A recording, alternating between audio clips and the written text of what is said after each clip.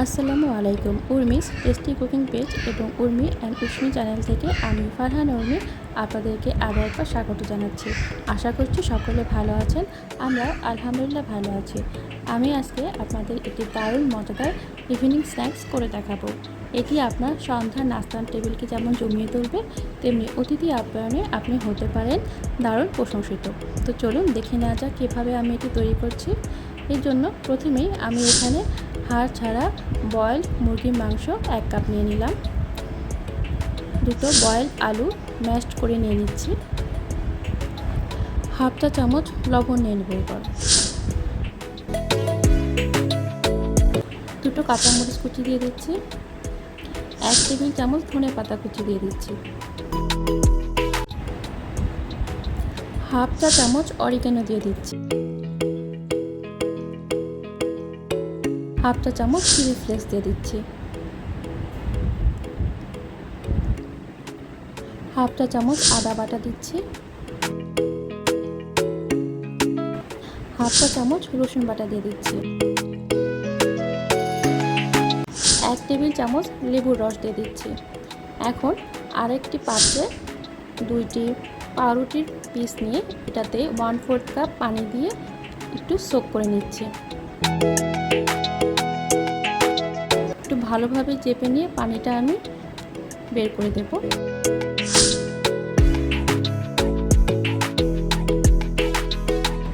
এখন এটা এই উপকরণের সাথে দিয়ে ভালোভাবে মিশিয়ে নেব।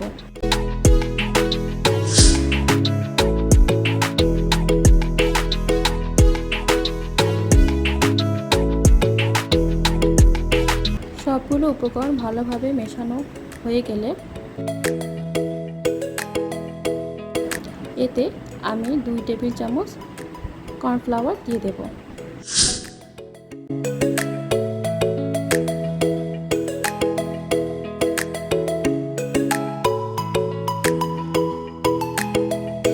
এবার আবারও ভালোভাবে কর্নফ্লাওয়ারের সাথে সবগুলো উপকরণ মিশিয়ে নেব।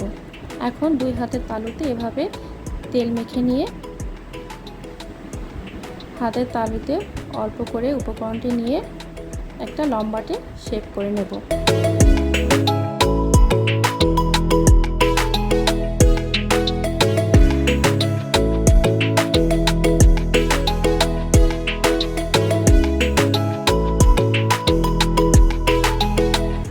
এভাবেই আমি প্রতিটি পিস তৈরি করে নেব।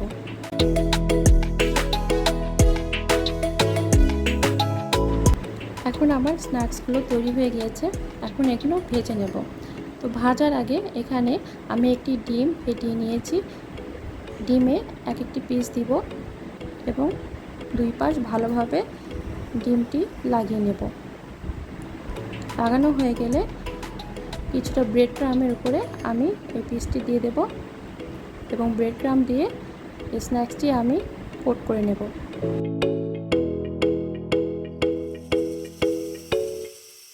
কোট করা হয়ে গেলে গরম তেলে আমি একটু একটু করে স্ন্যাক্সগুলো দিয়ে দেব।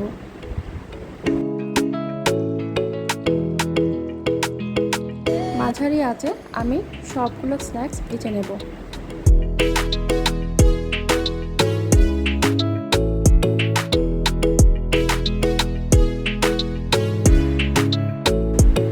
একটি কাঁটা চামচ দিয়ে আমি স্ন্যাক্সগুলো উল্টে নিচ্ছি।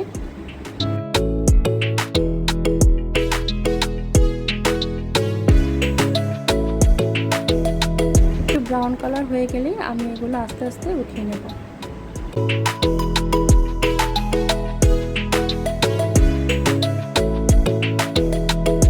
তো হয়ে গেল আমার দারুণ মজাদার মুচমুচে ইভিনিং স্ন্যাক্স।